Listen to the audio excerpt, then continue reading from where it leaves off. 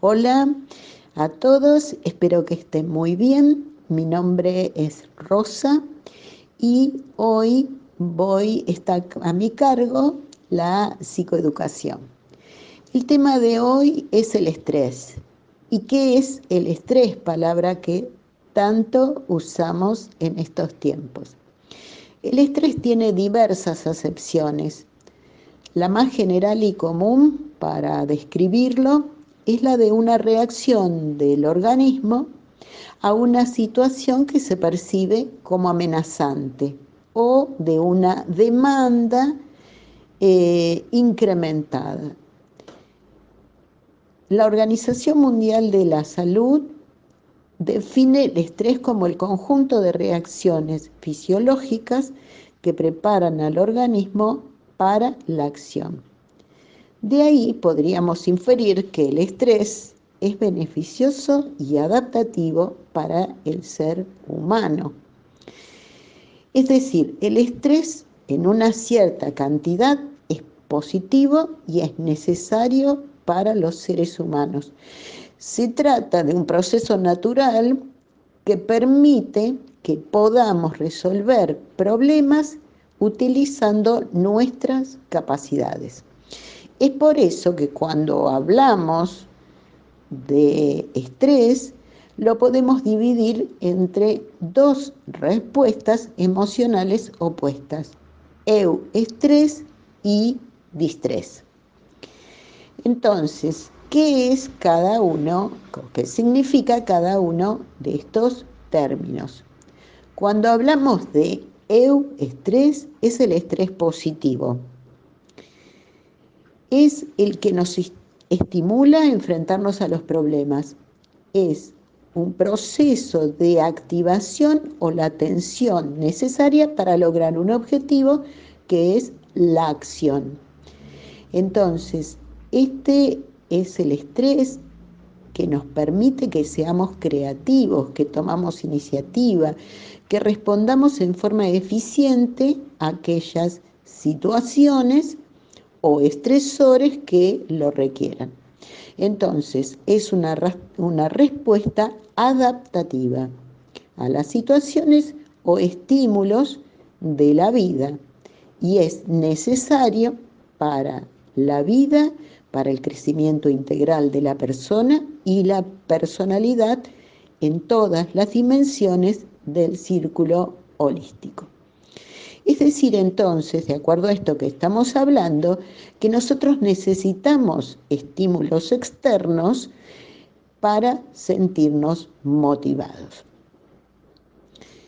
Entonces, si esa ansiedad mínima que necesitamos para enfrentar los retos que se nos van presentando se sobrepasa, nos llevaría al siguiente concepto, que es el distrés, el cual también lo llamamos estrés negativo.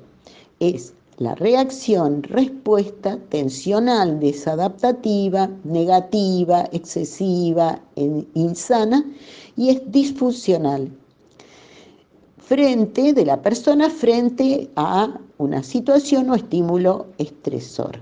Y esta puede llevar a la ruptura del equilibrio. Entonces, es una grave amenaza para nuestra salud y para la armonía de la personalidad. El distrés tiene severas consecuencias físicas y psíquicas, sobre todo si se prolonga en el tiempo. Puede llevar a provocar enfermedades cerebrovasculares, cardiopatías, experimentar síntomas como fatiga, dolores de cabeza, disminución del deseo sexual, problemas digestivos, así como otras. Y en el aspecto psíquico aparece la falta de creatividad, comportamiento irracional, agresividad, inseguridad, falta de concentración, depresión e impaciencia. Entonces, este distrés es el que nosotros cotidianamente le damos el nombre de estrés, porque tiene asociadas todas esas situaciones negativas y un mal rendimiento. El distrés afecta a las personas como parte de un proceso natural en todas las etapas del arco de la vida, en distintos tipos y grados. Los factores que dijimos, factores, estímulos, situaciones que promueven una reacción o respuesta de la persona, son los denominados estresores. Estos estresores pueden ser externos o internos a la persona y, de acuerdo a cómo sean valorados, pueden ser positivos o negativos. Es decir, que en el caso de aquellos positivos, la respuesta va a ser de euestrés y en el caso de los negativos, de distrés. Estos estresores pueden ser de origen físico, psicológico, psicosociales. Los físicos son condiciones que afectan a nuestro cuerpo. Los psicológicos son amenazas atribuidas a la reacción interna de la persona, son subjetivos e involucran una interpretación por parte de la persona. Y los psicosociales provienen de las relaciones sociales, ya sea por efecto o por exceso. El origen histórico del concepto de estrés surge de las investigaciones que realizó Hans Selye en el año 1936 y que dieron lugar al que se llama síndrome general de adaptación. En este proceso de adaptación por parte del organismo se distinguen tres fases: una fase de alarma, una de adaptación o también llamada de resistencia y la tercera de agotamiento. En la fase de alarma vamos a ver qué es lo que ocurre, cuál es. Ante la aparición de un peligro, o sea, de un estresor, se produce una reacción de alarma, durante la cual baja la resistencia por debajo de lo normal. Es importante destacar que todos los procesos que se producen son reacciones encaminadas a preparar o disponer el organismo para la acción de afrontar la tarea que debe realizar o el esfuerzo a realizar.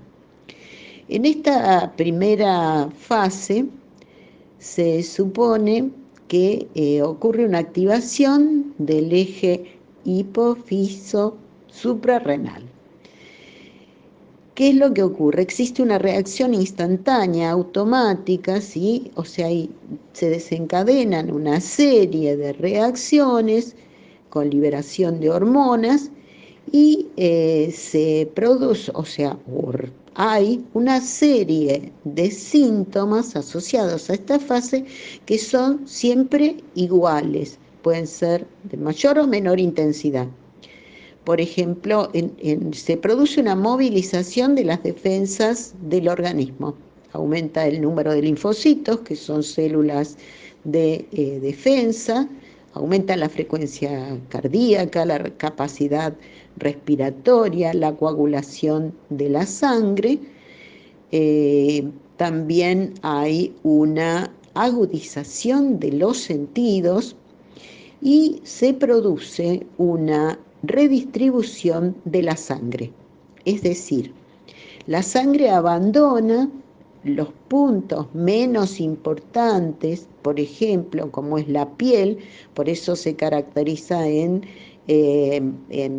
la palidez, o sea, aparece una palidez, y abandona también las vísceras intestinales para acudir a músculos, cerebros, corazón, que son las zonas para la acción, o sea, las zonas de acción. La siguiente fase es la fase de resistencia o adaptación. La situación no termina. Hay una adaptación al estrés, una resistencia. Entonces, en esta fase el organismo intenta superar, adaptarse, afrontar la presencia de esos factores que percibe como una amenaza. Y se producen las siguientes reacciones. Los niveles de corticosteroides se normalizan. Hay una elevación de la glucosa y tiene lugar una desaparición de la sintomatología inicial que se daba en la fase de alarma. Luego sigue la fase de agotamiento, que ocurre cuando la agresión o el estresor se repite con frecuencia o es de larga duración, es decir, ocurre repetitivamente o se mantiene mucho tiempo. Además, cuando los recursos de la persona para conseguir ese nivel de adaptación, de resistencia, ya no son suficientes, se entra en esta fase de agotamiento. Hay una alteración tisular y aparece lo que se denomina patología psicosomática. Si los agentes estresores se mantienen en forma prolongada, puede que se cronifique una situación de distrés. Entonces, con ese estrés crónico, hay una incapacidad de controlar el entorno, se producen trastornos de sueño, sensación de agotamiento y enfermedades psicosomáticas. Ahora me voy a referir a la relación entre el estrés y la crisis que nos ha infligido el coronavirus, el COVID-19.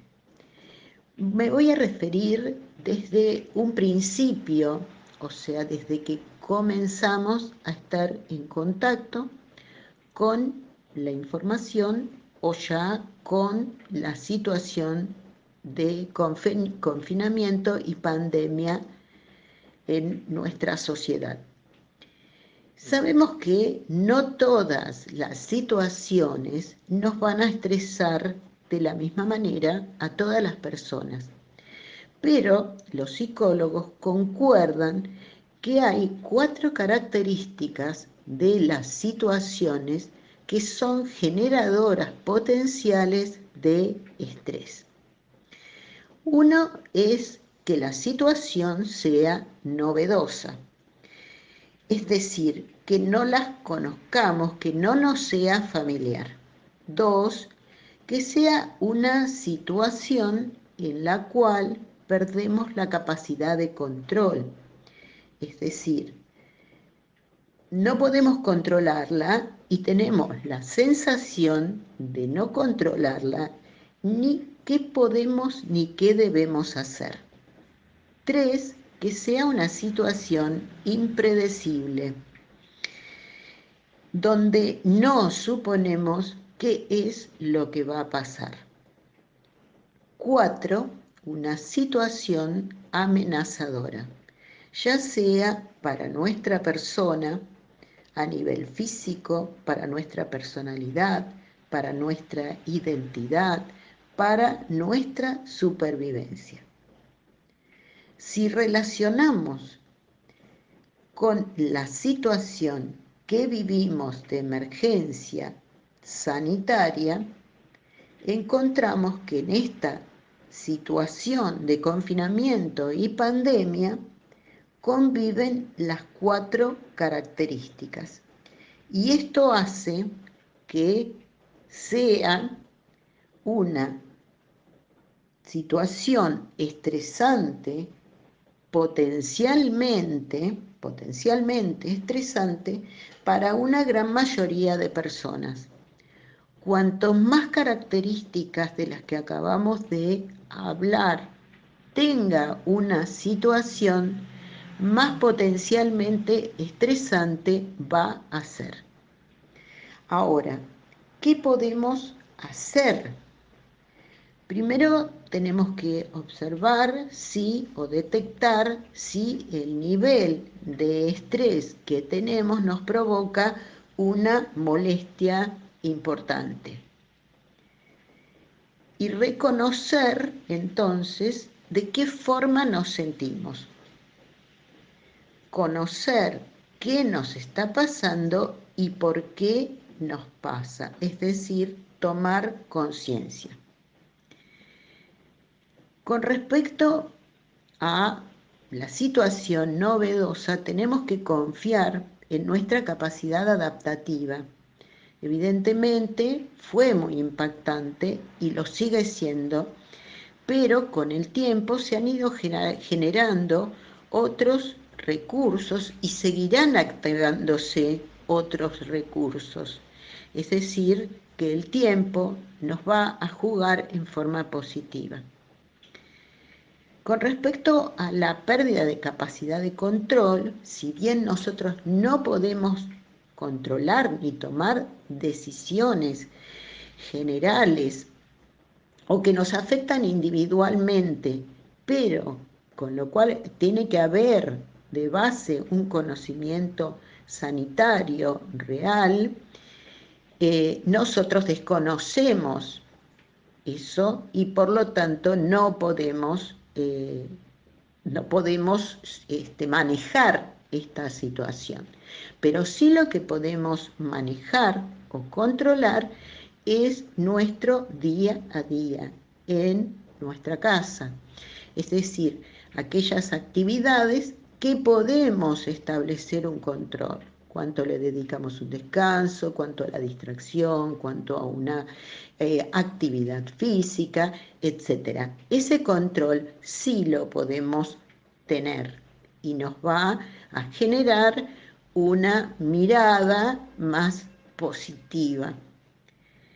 Con respecto a lo impredecible, tenemos que tener de nuevo siempre tenemos que tener una actitud positiva. Y con respecto a la última situación, una situación amenazadora, tenemos que pensar que en nuestro autocuidado, ya sea físico o psicológico. Amenazadora, ¿se acuerdan que dijimos para nuestra salud, para nuestro bienestar?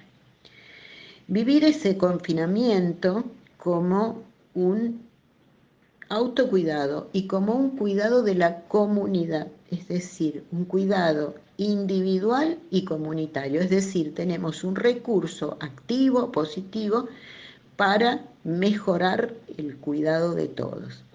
No vivirlo como un castigo, sino como algo positivo.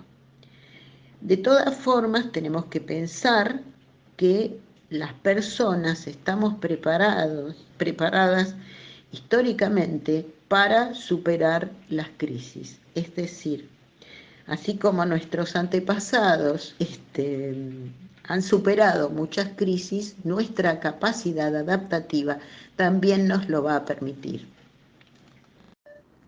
Muchísimas gracias por haberme prestado atención. Espero que esta charla les haya resultado de interés y que les resulte de utilidad. Bueno, nos encontraremos en los talleres o en nuestra próxima psicoeducación. Nuevamente les agradezco mucho. Espero que estén todos muy bien.